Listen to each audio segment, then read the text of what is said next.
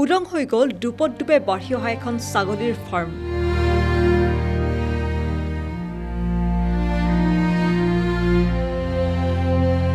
পক্ষতৰ্তাকৈ ছাগলীক বিষ দি হত্যা কৰিলে জীৱশ্ৰেষ্ঠ মানুহে।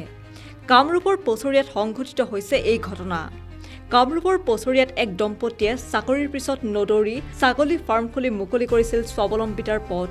দুয়ো স্বামী স্ত্ৰী দিবাকৰ কলিতা আৰু ভনিতা কলিতাই কেইবা বছৰৰ পৰা চলাই আহিছিল এই ছাগলীৰ ফাৰ্মখন। কিন্তু এই ফাৰ্মখনত কোনো অচিনাক্ত লোকে এইদৰে বিষ দি হত্যা কৰিলে পক্ষতৰ্তাকৈ ছাগলী, যাৰ বাবে লাখ লাখ টকাৰ লোকচানৰ সন্মুখীন হ'ল দুয়ো স্বামী স্ত্ৰী, যাৰ বাবে এতিয়া দুখত ভাগি পৰিছে পৰিয়ালটো। উল্লেখ যে ঘৰখনৰ একমাত্ৰ উপাৰ্জনৰ উৎস আছিল এই ছাগলীবোৰ। অসমৰ লগতে উত্তৰ পূবৰ ভিন্ন প্ৰান্তলৈ ছাগলীৰ যোগান ধৰি আহিছিল দুয়ো স্বামী স্ত্ৰীয়ে।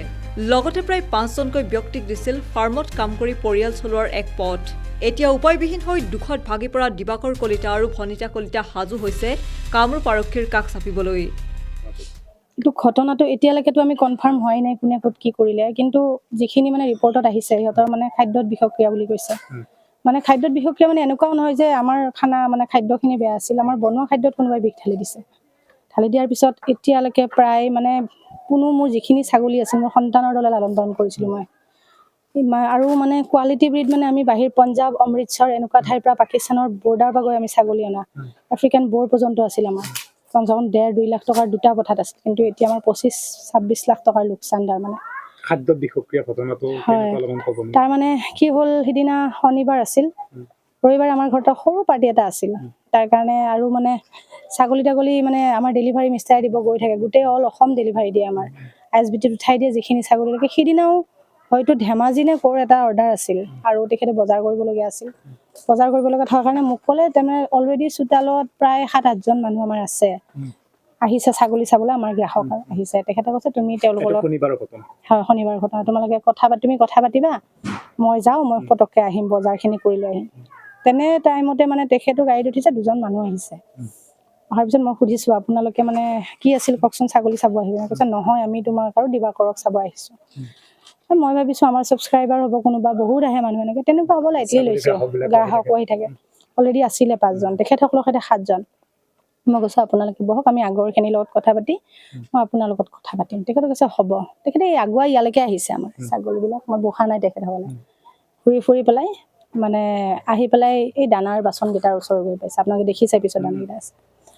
পাই পেলাই ময়ো সেই মানুহকেইজনক বিদায় দিব যাওঁ যে সিহঁতে মানে ততাতৈয়াকৈ গৈ মানে ৰাস্তা উঠিছে।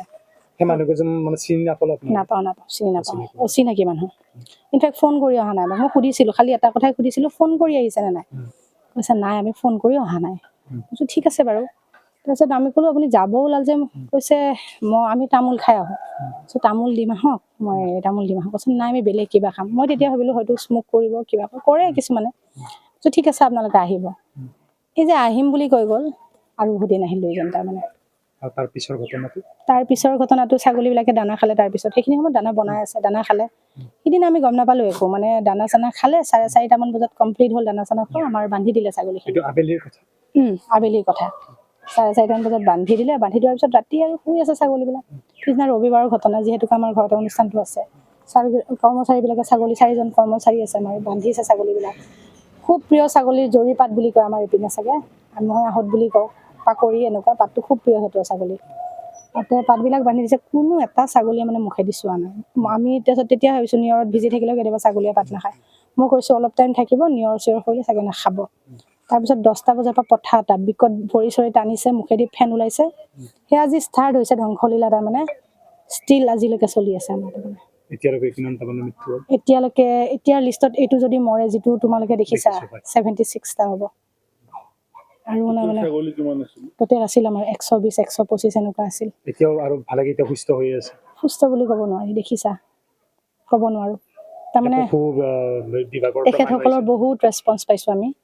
প্ৰায় গোটেই খানাপাৰাখন উঠি আহিছে বুলি ক'লেও ভুল নহয়। চাইণ্টিষ্ট পৰ্যন্ত আহিছে আমাৰ তাত। তাৰমানে পষ্টমৰ্টম, লেবৰেটৰী চব কৰিছোঁ। তাৰমানে আমি ফৰেঞ্চিকতো পঠিয়াইছোঁ। ঘটনাটো যিহেতু সন্দেহজনক হ'ল, আইনী কাষ চপাৰ কিবা সিদ্ধান্ত লৈছোঁ আমি, নোলোৱা নহয়, FIR এখন দিম বুলি ভাবিছোঁ আমি। আপোনালোকৰ থানা কি পৰে? থানা আমাৰ এনে আউটপোষ্টটো দদৰা পৰে আৰু হাজো থানা পৰে আমাৰ। হয়, এতিয়া পৰিৱেশটো খুব দুখজনক মানে ইঞ্চুৰেঞ্চো কৰা নাছিলোঁ। তাৰমানে কি হয়, ছাগলীৰ ইঞ্চুৰেঞ্চ কৰিলে আমি যিহেতুকে বিক্ৰী কৰি থাকোঁ, সেইটো আমি কৰিব নোৱাৰোঁ।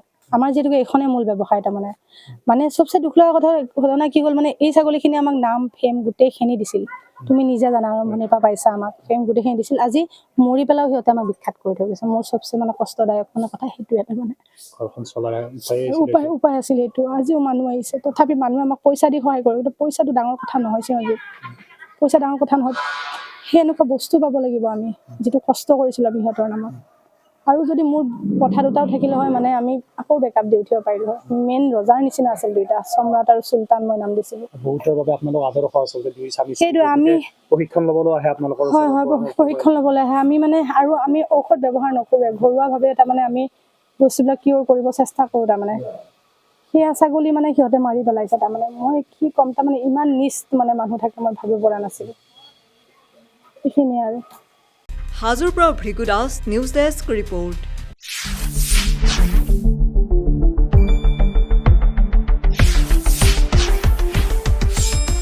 শুদ্ধ আৰু বিস্তৃত বাতৰিৰ বাবে চাই থাকক নিউজ ডেস্ক ৰিপৰ্ট।